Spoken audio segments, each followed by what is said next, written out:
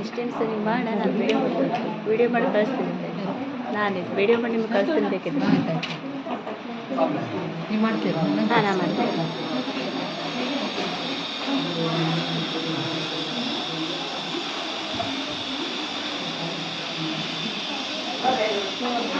ಚಪ್ಪಳೆ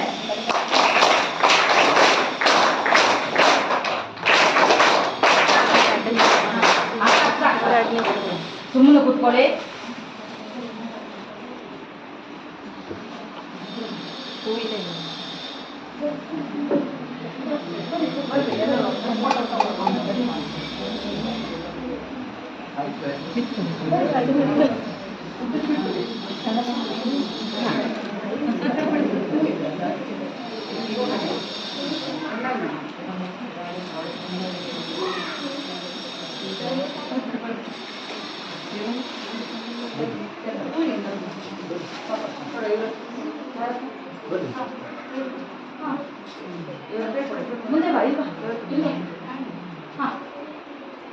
ಸರ್ವರಿಗೂ ನನ್ನ ನಮಸ್ಕಾರಗಳು.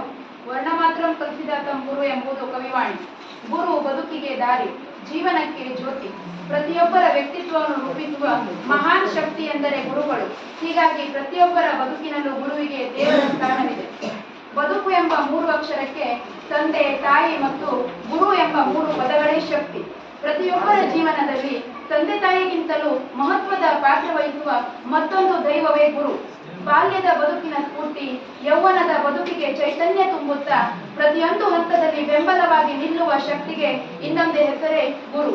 ಅಂತಹ ಗುರುವಿನ ಸ್ಥಾನವನ್ನು ಅಲಂಕರಿಸಿ ನಿವೃತ್ತರಾದ ನಮ್ಮ ಶಾಲೆಯ ಶಿಕ್ಷಕರಾದ ಮಂಜುನಾಥ್ ನಾಯಕ್ ಸರ್ ಅವರ ಕಿರುಪರಿಚಯವನ್ನ ತಮ್ಮ ಮುಂದೆ ಮಾಡಿಕೊಡುತ್ತೇನೆ.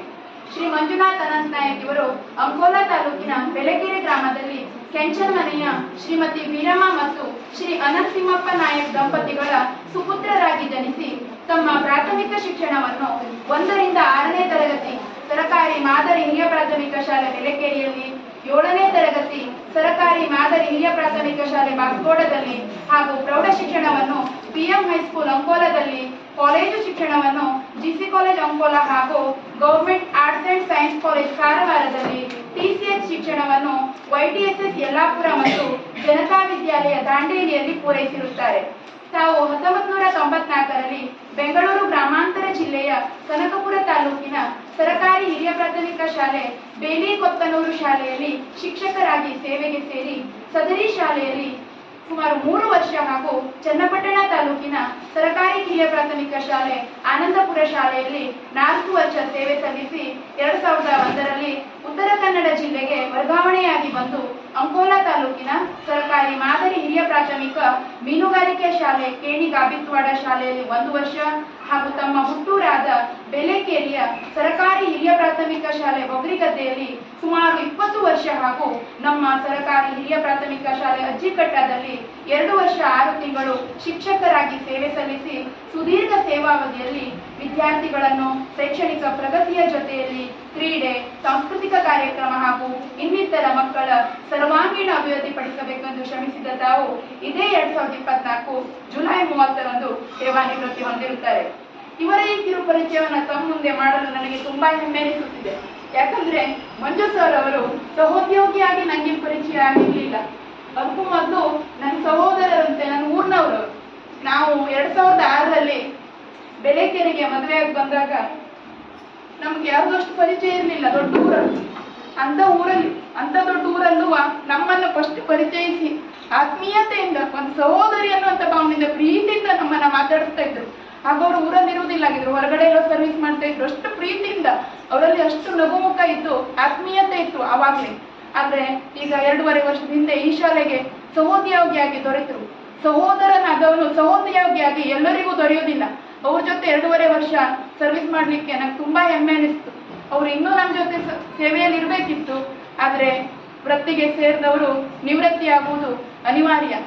ಅವರು ಈ ಶಾಲೆಗೆ ಬಂದಾಗ 7ನೇ ಮಕ್ಕಳಿಗೆ ಪಾಠ ಮಾಡ್ತಿದ್ರು, ಆಮೇಲೆ 6ನೇ ವರ್ಗಕ್ಕೆ ಪಾಠ ಮಾಡಿದ್ರು, ಆಮೇಲೆ 4ನೇ ವರ್ಗಕ್ಕೆ ಪಾಠ ಮಾಡಿದ್ರು. ಅವ್ರು ಪಾಠ ಮಾಡೋ ರೀತಿ, ಮಕ್ಕಳ ಜೊತೆ ಇರುವ ರೀತಿಯನ್ನ ನೋಡಿದ್ರೆ ಚಿಕ್ಕವರಿಂದ ದೊಡ್ಡವ್ರ ತನಕನು ಯಾವ ರೀತಿ ಇರ್ಬೇಕು ಅನ್ನೋದು ಅವರಲ್ಲಿತ್ತು. ಅಂದ್ರೆ ಆ ತಾಳ್ಮೆ ಮಂಜುನಾಥ್ ಸರ್ ಅಲ್ಲಿ ಇತ್ತು. ತಾಳ್ಮೆಗೆ ಇನ್ನೊಂದು ಹೆಸರೇ ನಮ್ಮ ಮಂಜು ಸರ್ ಅಂದ್ರು ಹೌದು. ಒಂದಿನಾನು ನಾನು ಅವ್ರನ್ನ ಸರ್ ಅಂತ ಕರೆದಿಲ್ಲ, ಮಂಜಣ್ಣ ಮಂಜಣ್ಣ ಮಂಜಣ್ಣ ಮಂಜಣ್ಣ. ನಮ್ಮ ಸ್ಟಾಫ್ ಅಲ್ಲಿ ಅವರು ಒಂದು ಫ್ಯಾಮಿಲಿ ಮೆಂಬರ್ ತರ ಇದ್ರು. ಎಲ್ಲರಿಗೂ, ಎಲ್ಲ ಶಿಕ್ಷಕರ ಜೊತೆನೂ ನಾವೆಲ್ಲ ಅಷ್ಟೇ ಆತ್ಮೀಯತೆಯಿಂದ ನಾವು ಇದ್ವಿ. ನಾ ಬಂದ್ರು ಎಲ್ಲ ಟೀಚರ್ ಮಾತಾಡ್ತೇವೆ, ಅವ್ರು ಶಾಲೆಯಲ್ಲಿ ಇಲ್ಲ ಅನ್ಸೋದೇ ಇಲ್ಲ. ಮಂಜು ಸರ್ ಬರ್ಲಿಲ್ಲ, ಹಿಂಗೆ ಎಷ್ಟೊತ್ತಿಗೆ ಬರ್ತಾರೆ ಸರ್, ಬರೋರು ಅನ್ನೋ ಭಾವನೆನೇ. ದೇವ್ರ ಅವ್ರ ಕುಟುಂಬಕ್ಕೆ, ಅವ್ರು ಎಲ್ಲರಿಗೂ ಆಯುರ ಆರೋಗ್ಯವನ್ನು ಕೊಟ್ಟು ಒಳ್ಳೇದು ಮಾಡ್ಲಿ ಅಂತ ಬಿಟ್ಕೊಡ್ತಾ ನನ್ನ 2 ಮಾತು ನಮ್ಗೆ.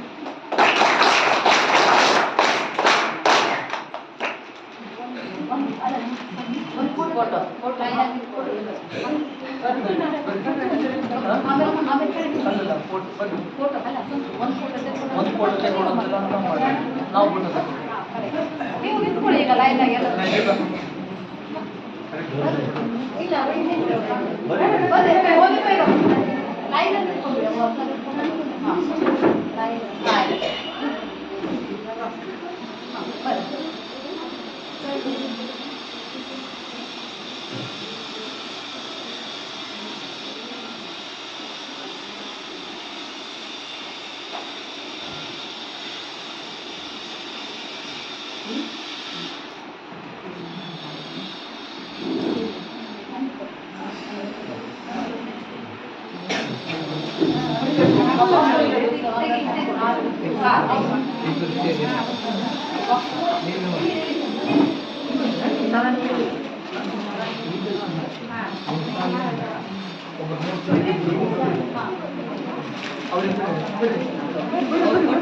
ವಿಡಿಯೋ ಮಾಡ್ತೀನಿ.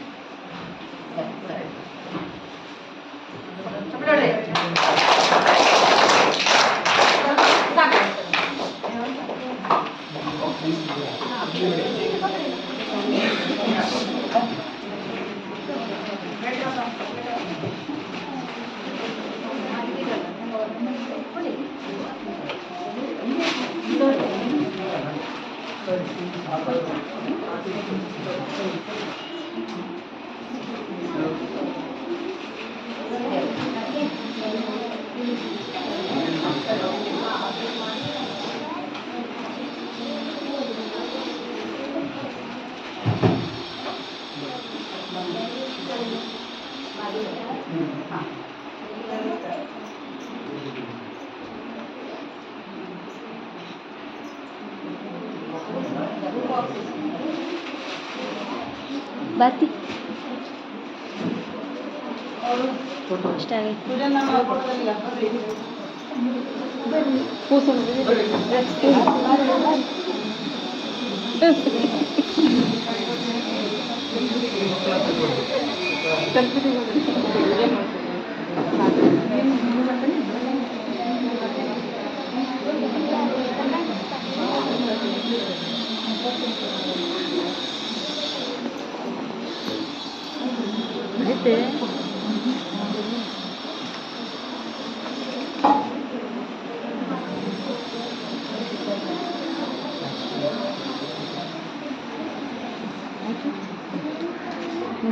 ಸಾಕು.